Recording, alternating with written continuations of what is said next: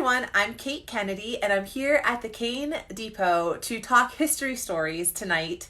I usually am here on Wednesday nights, but since the next two Wednesdays are holidays, we have Christmas and then New Year's, we thought we'd come today and hear a story about Kane's history during the Christmas season.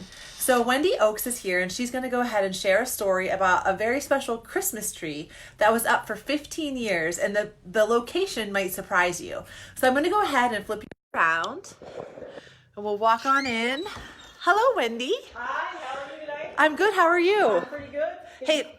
Close to Christmas. Yeah, thanks so much for opening special for us. We're very excited to hear this story about Kane's, one of the ways that Kane celebrated Christmas years and years ago.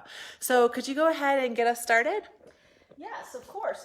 The Kane at one point had a giant Christmas tree in town, but the unusual thing was it sat at the top of Field Street on Fraley Street. On the street. On the street. So on Fraley Street. People had to go around it.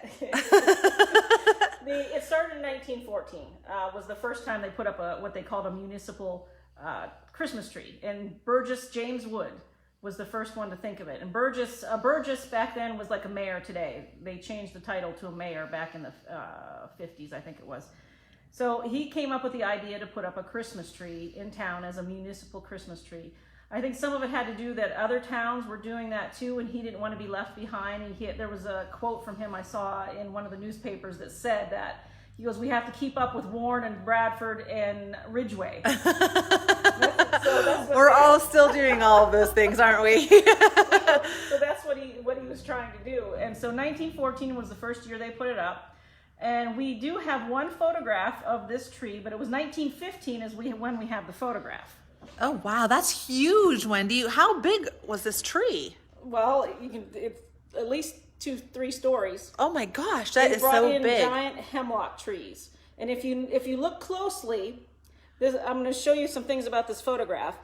Back then, when they took photographs, they couldn't really take them at night. So what they did was they put filters on the camera, and then they took the negative and they scratched out areas to make it look like light. So what he did was scratch out the negatives until it looked like there was light coming through. So when he printed the picture, the light would shine through and make it look like nighttime.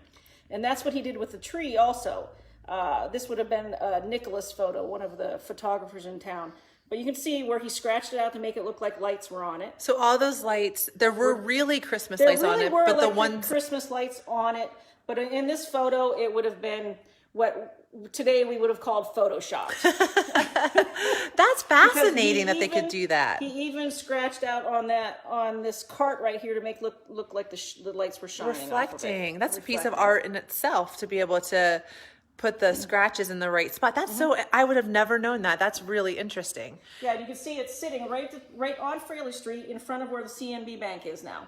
Oh, okay, yeah. And so that building next to it, that tall one there, is where the parking lot is now. Exactly. They tore that building down and it's a parking lot now, but that's where it sat, right in the middle of the street. And what is that mode of transportation there?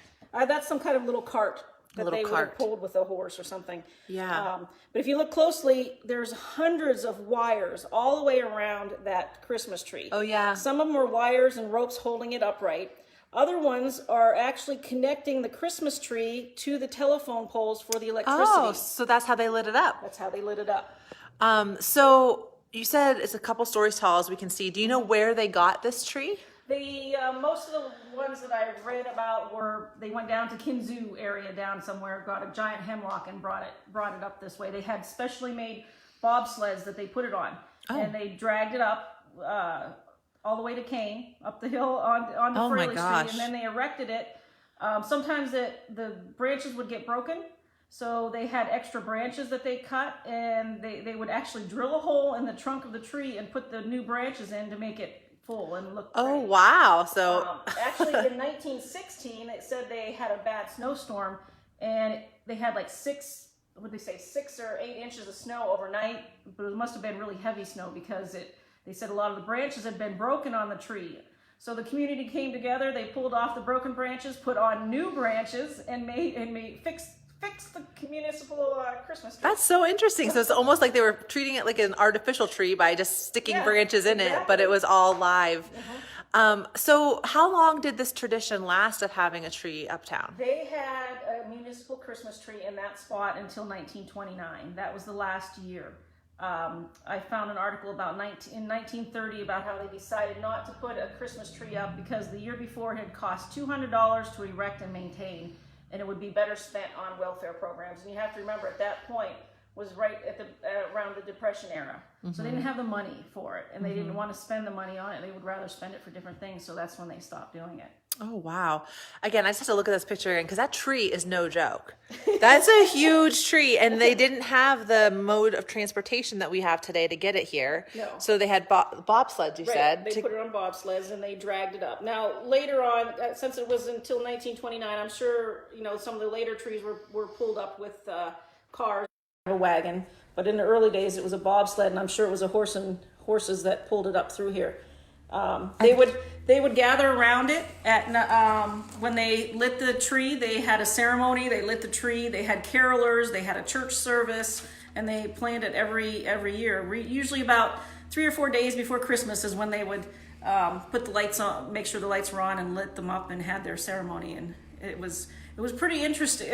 I would think it would be pretty interesting to walk uptown and see that giant tree. I can't even imagine. And people just made their way around it. Yeah. And even the pedestrians probably on the sidewalks, it kind of looks like it went over top of the sidewalk too. They probably would have had to walk underneath the tree, basically. Yeah. Well, it sounds like, and I think also the lights being connected directly to the electric line too is another really interesting thing. And just the fact that the Photoshop, as you say, of the picture was done that early on. That's so cool. They had Photoshopping back then. It wasn't called that, but that's what they did. Because they just didn't have the technology to be able to take nighttime pictures. Wow, that's amazing that you even have that photo. It is. We found this, actually, when we found this photograph, the guys up here, they swore it was a fake photo. And I'm like, no, it can't, and I looked at it. Finally, I scanned it and blew it up. And once you blow it up on the computer, you see all those wires. I mean, those wires aren't fake. You're not going to fake, the wires on there. You can fake the lights, but you can't fake all those wires. And, so that you could tell there was hundreds of wires holding that thing up. That's what I was going to say, because the bottom of it, it's just like in a tree stand, basically. I'm not even sure it's in a tree stand. Just the stump.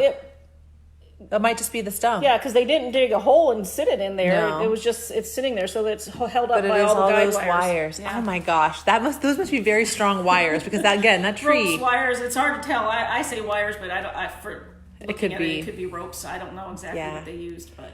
Well, that is really, really fascinating. Is there anything else about the Kane Christmas tree that you'd like to share? Let me look and see if there was anything else. I think I hit everything about the Christmas tree. I mean, every year they'd have a different pastor do a church service. It was in Burgess James Wood who started. In the newspaper articles, they called him the father of the municipal Christmas tree in Kane. What a cool name to have. Only because he wanted to keep up with the other towns around us.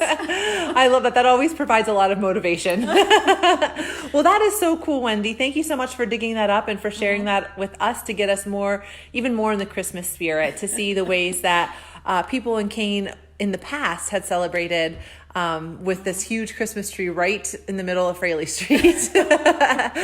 Before we wrap up, is there anything else that you'd like to share tonight? Just Merry Christmas, and I hope everybody has a great Christmas. Yeah, Merry Christmas to you, and thank you guys so much for all that you shared with us this year.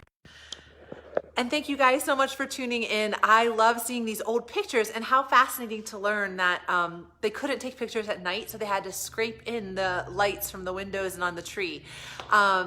How are you guys celebrating Christmas this year? Are you all decorated? Are you all ready and set to go for Wednesday? Let us know in the comments how you remember celebrating in Kane in the past, or how you're celebrating this year.